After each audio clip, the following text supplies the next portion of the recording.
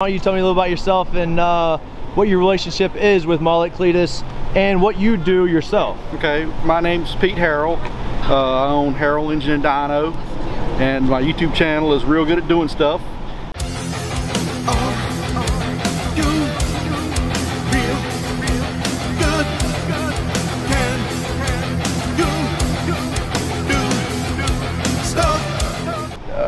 I work as a tuner and engine builder, and recently that meant I got hired by Cleetus to help out with his program, and here we are, I guess. Yeah. So you were able to like really open up Mullet during World Cup, right? Yep. Yeah. So what approach did you take with that, as opposed to what others have tried in the past?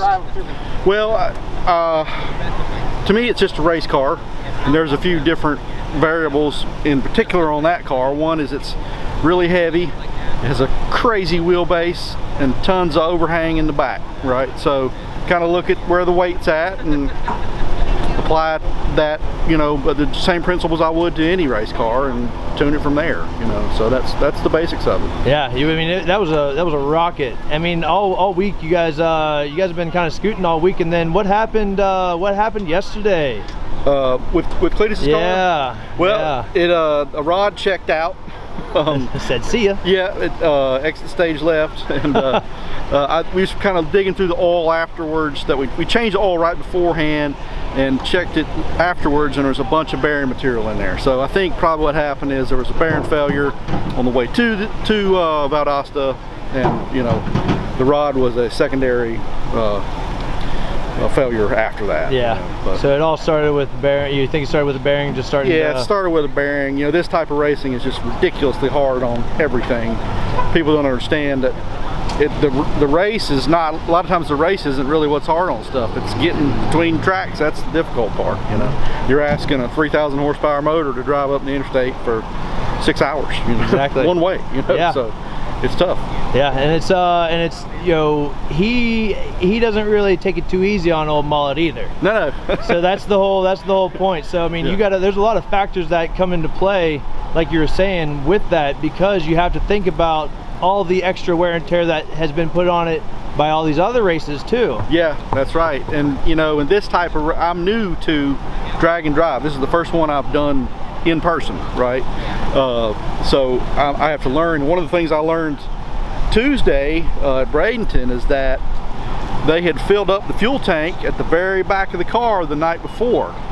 Well, guess what? That's 150 pounds of ballast at the back of the overhang, lifting the front of the car in the air. So I didn't think about it at the time, but you know, the next morning it goes to the sky, and pretty quick you're like, okay, well, I know why that happened. Yeah. So as you guys move it forward, because they on Mullet, it's able to be moved, right? Yeah. So at World Cup finals, I had to move it forward to you know, when we started to really go quick to keep it from doing that. Mm-hmm. But they moved it back for this type of racing, and it's probably fine there, but you know, that's a lesson learned. You gotta, with this type of racing, the ballast is not necessarily exactly the same from pass to pass, so you got to keep that in mind when you're tapping away on those up arrows. Yeah, it seemed like Valdosta had some, like, incredible, South Georgia had some, you know, everybody seemed to be running fast times. Yeah. Mm-hmm. So I mean, that I'm sure was you know, kind of a bummer that he wasn't able to really hook up like a lot of these other guys were able to. Yeah, well, that pass where the rod came out was going to be quick, you know, probably 640s or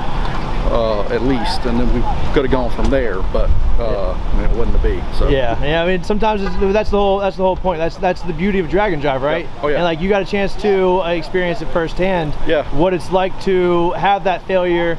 And right. Well, what that does is it gives me kind of background information that I can apply to engines that we build, so that we can understand the you know, difficulties involved in this type of racing. You know, and that's first-hand knowledge kind of helps in that department. Exactly. So speaking of, how can people follow you online and kind of see what you're doing at your shop? Yeah. Well, YouTube channel is Real Good at Doing Stuff. We talk about tuning, engine building, machining, all things drag racing. And it's everything from radial racing, small tire racing, to no prep stuff, you name it. We do all kinds of stuff. Nice. Where are you guys out of?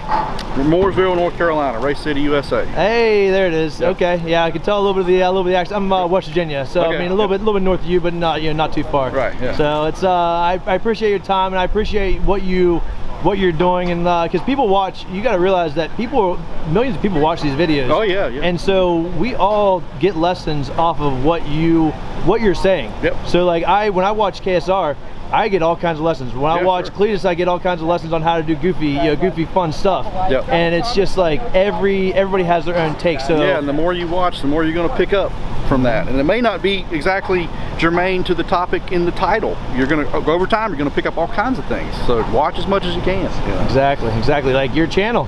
Yeah, so exactly. I appreciate it, and enjoy. I'm glad you got a chance to experience your first in drag and drive. Yep. Now go have a little fun, all right? All right, yeah, let's do it. I appreciate it. Yes, sir. Thank you, man. Yeah, I appreciate it. No problem.